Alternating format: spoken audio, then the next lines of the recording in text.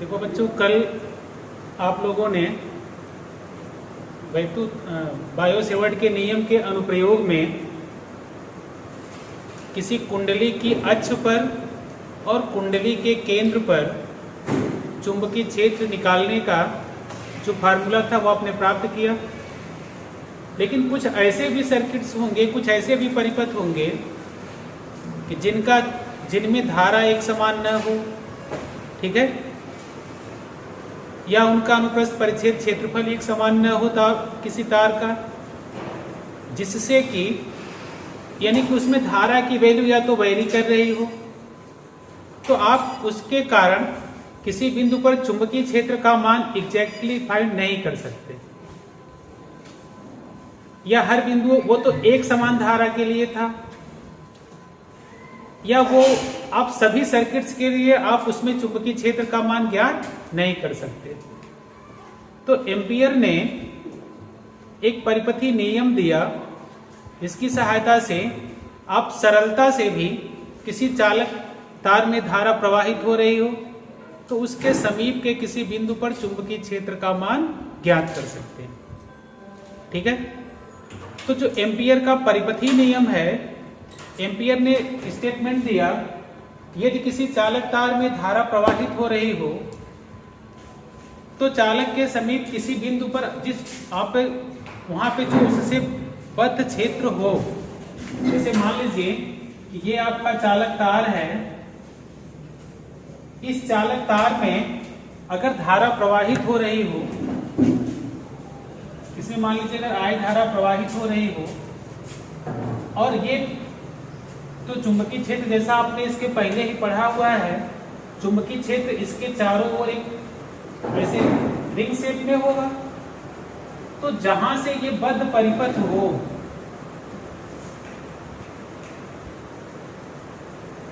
इसका जो रेखीय इसमें जो इसके चुंबकीय क्षेत्र का रेखीय समाकलन होगा इस क्लोज्ड लाइन का, इसको हम बोलते हैं क्लोज्ड लाइन इंटीग्रल। तो ये तो इसकी चुंबकीय क्षेत्र की दिशा होगी, तो इसका जो लाइन इंटीग्रल होगा मैग्नेटिक फील्ड का, तो line integral of this magnetic field B dot dl is equal to mu naught I। यहां म्यू नॉट क्या है? यहां म्यू नॉट है निर्वात की चुंबकशीलता और I क्या है? इस वायर में बहने वाली धारा। ठीक है, तो ये आपका एम्पियर के परिपथीय नियम का ये गणितीय रूप है। आप ऐसे कर सकते हो, closed integral of magnetic field in the direction of magnetic field is equal to mu naught I, यानी कि चुंबकीय क्षेत्र के अनुदिश चुंबकीय क्षेत्र का जो रेखीय समाकलन है वो उस परिपथ में बहने वाली धारा I का उससे जो बद्ध है उस परिपथ में बहने वाली धारा I का म्यू नॉट गुना होगा। ये स्टेटमेंट है आपके एम्पियर के परिपथीय नियम का। अब इसका प्रूफ है, इसको आप प्रूफ करते हैं। जैसे मान लीजिए कि यहाँ पे हम इसके ये चुंबकीय क्षेत्र की दिशा होगी, आपने इसके पहले इसको पढ़ा हुआ है। तो अगर आप यहाँ पे इसका मान लीजिए छोटा सा एलिमेंट ले लिए dl, ठीक है, तो dl की भी एक डायरेक्शन होगी और मान लीजिए यहाँ पे चुंबकीय क्षेत्र है, तो चुंबकीय क्षेत्र की भी दिशा दी हुई है, ये तो चुंबकीय क्षेत्र की दिशा ही है। तो यहां से B डॉट dl जो इसका क्लोज्ड इंटीग्रल होगा B डॉट dl, तो ये डॉट प्रोडक्ट है, आप इसको लिख सकते हो integration B dl cos 0, B dl cos 0। यहाँ पे cos 0 क्यों लिया? क्योंकि यहाँ पे B और जो dl की डायरेक्शन है दोनों एक ही डायरेक्शन में है और cos 0 की वैल्यू कितनी होती है? cos 0 की वैल्यू होती है 1। तो ये आपका हो गया closed integral B into dl। ठीक है, अब यहाँ पे इस पूरे परिपथ का इसके पहले भी आपने पढ़ा हुआ है कि अगर ये आपका चालक तार है, इससे r डिस्टेंस पे अगर इसकी त्रिज्या r हो तो r डिस्टेंस पे जो मैग्नेटिक फील्ड B की वैल्यू है वो कितनी होती है? मैग्नेटिक फील्ड की वैल्यू होती है B is equal to mu naught upon 2 pi I by R। ठीक है, तो यहां से देखिए B डॉट dl है, B कांस्टेंट है, इसका तो इंटीग्रेशन होगा नहीं, तो ये हो जाएगा B integration of dl close integral ये पूरे का, और ये इसकी सरकमफेरेंस के इक्वल होगा।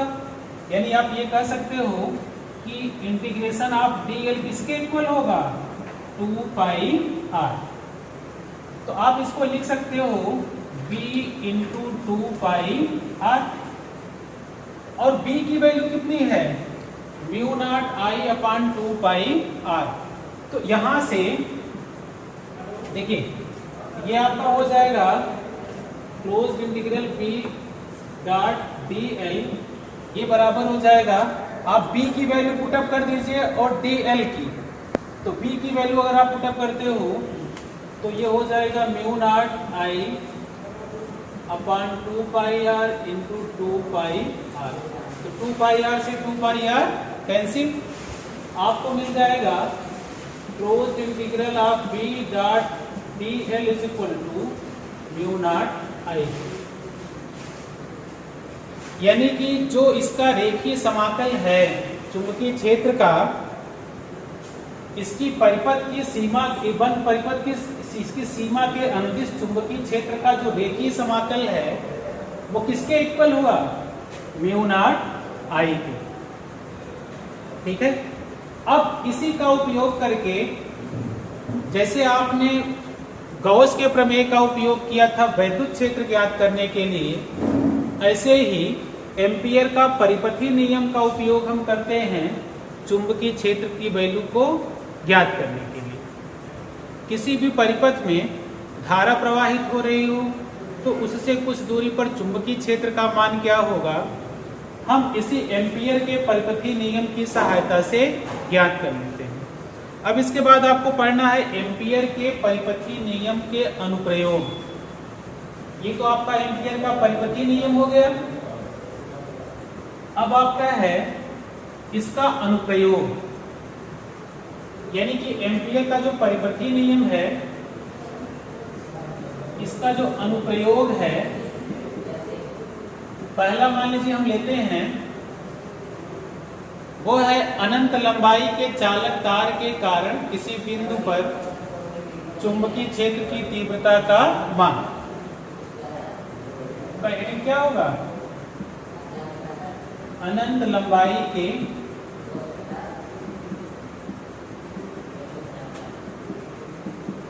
चालक तार में प्रवाहित धारा के कारण चुंबकीय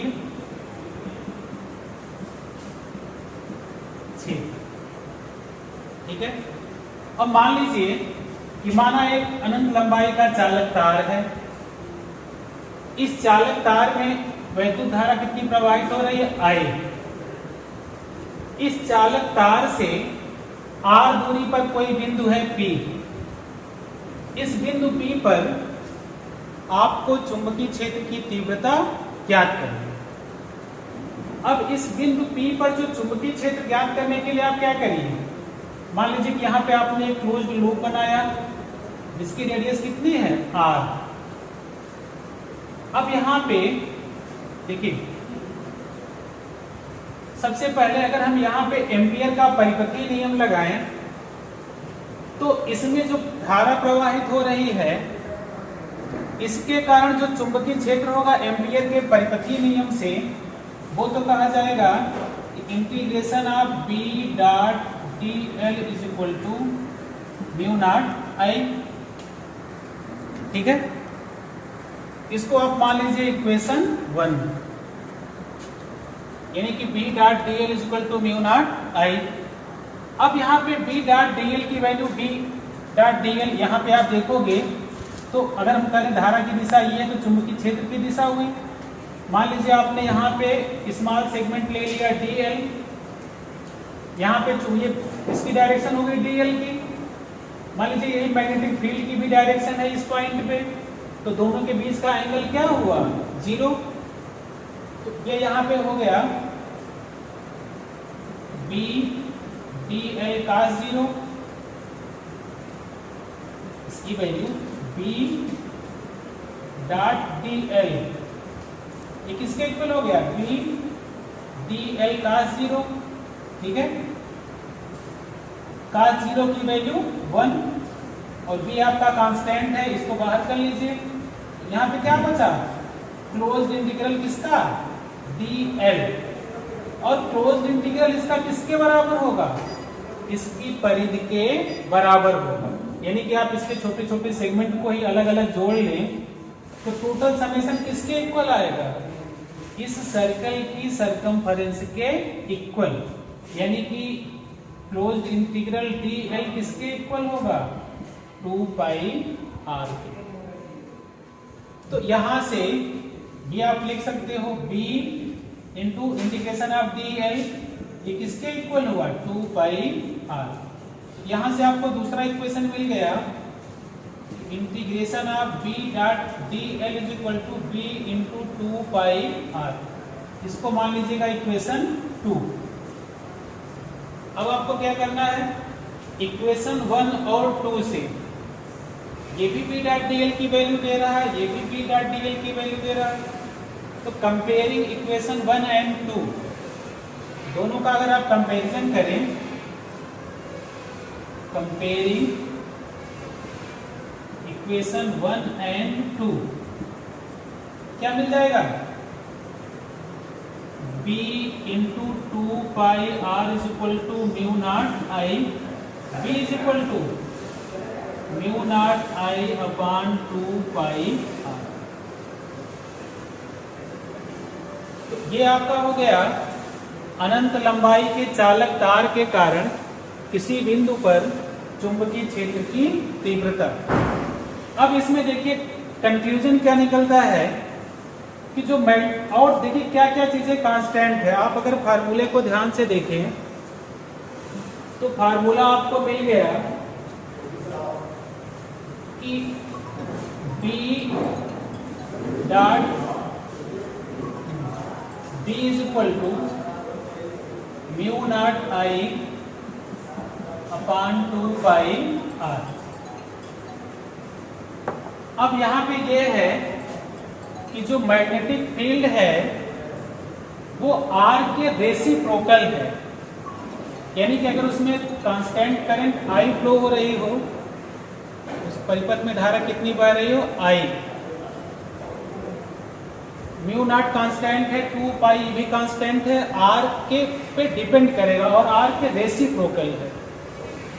रेसिप्रोकल का मतलब इसको आप R की वैल्यू बढ़ाते जाओगे तो मैग्नेटिक फील्ड की वैल्यू क्या हो जाएगी चुंबकीय क्षेत्र का मान कम होता जाएगा। निष्कर्ष क्या निकला कि अपरिमित लंबाई का चालक तार है, उस चालक तार से जैसे जैसे आप दूर होते जाएंगे चुंबकीय क्षेत्र का मान भी क्या होता जाएगा कम होता जाएगा। ठीक है। अब इसका दूसरा अनुप्रयोग है एम्पियर के परिपथी नियम का कि कोई सॉलिनॉइड हो जिसको आप कहते हैं धारावाही परिनालिका। धारावाही परिनालिका क्या होती है पहले तो आपको यही जानना है कि हम धारावाही परिनालिका किसे कहते हैं। जो अनुप्रयोग 2 में आपको पढ़ना है कि किसी परिनालिका के अक्ष पर या परिनालिका के भीतर किसी बिंदु पर चुंबकीय क्षेत्र का मान। तो धारावाही परिनालिका किसे कहते हैं, जैसे आप कोई कागज ले लें, ये डपटी हो या चीनी मिट्टी हो और उसको आप इस तरह से फोल्ड कर लें, ऐसे बेलन के आकार का बना लें, ठीक है। और उसके ऊपर आप इंसुलेटेड वायर को लपेटें, रैप करें, ऐसे लपेटें, तो जो बनता है उसी को हम बोलते हैं सॉलिनॉइड, या उसी को हम कहते हैं परिनालिका। परिनालिका क्या होती है?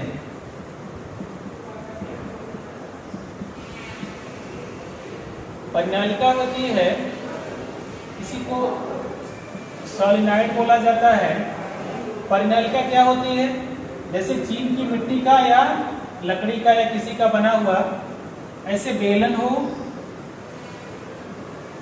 दफ्ती का बना हो, कागज का बना हो, किसी भी अचालक पदार्थ का बना हुआ हो, और इसके ऊपर आप तार को लपेटें, वायर को बाउंड करें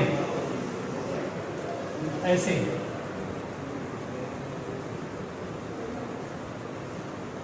ये जो आकार बनता है इसी को कहा जाता है धारा। अगर इसमें करंट भी फ्लो हो रहा हो इसको कहते हैं धारावाही परिनालिका। इसी को क्या बोलते हैं? धारावाही परिनालिका। और धारावाही परिनालिका जो है वो एक चुंबक की तरह व्यवहार करती है। जो आपकी धारावाही परिनालिका है it behaves just like a magnet।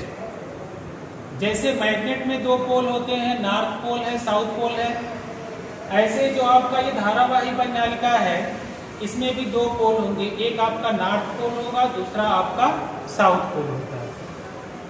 तो यहाँ पे अभी आपको पढ़ना है कि धारावाही परिनालिका के अक्ष पर चुंबकीय क्षेत्र का मान, जो एम्पियर के परिपथी नियम का दूसरा उपयोग है। तो ये आपका धारावाही परिनालिका है।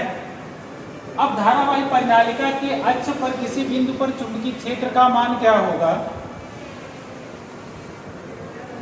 उसको ज्ञात करते हैं। देखिए, मान लीजिए कि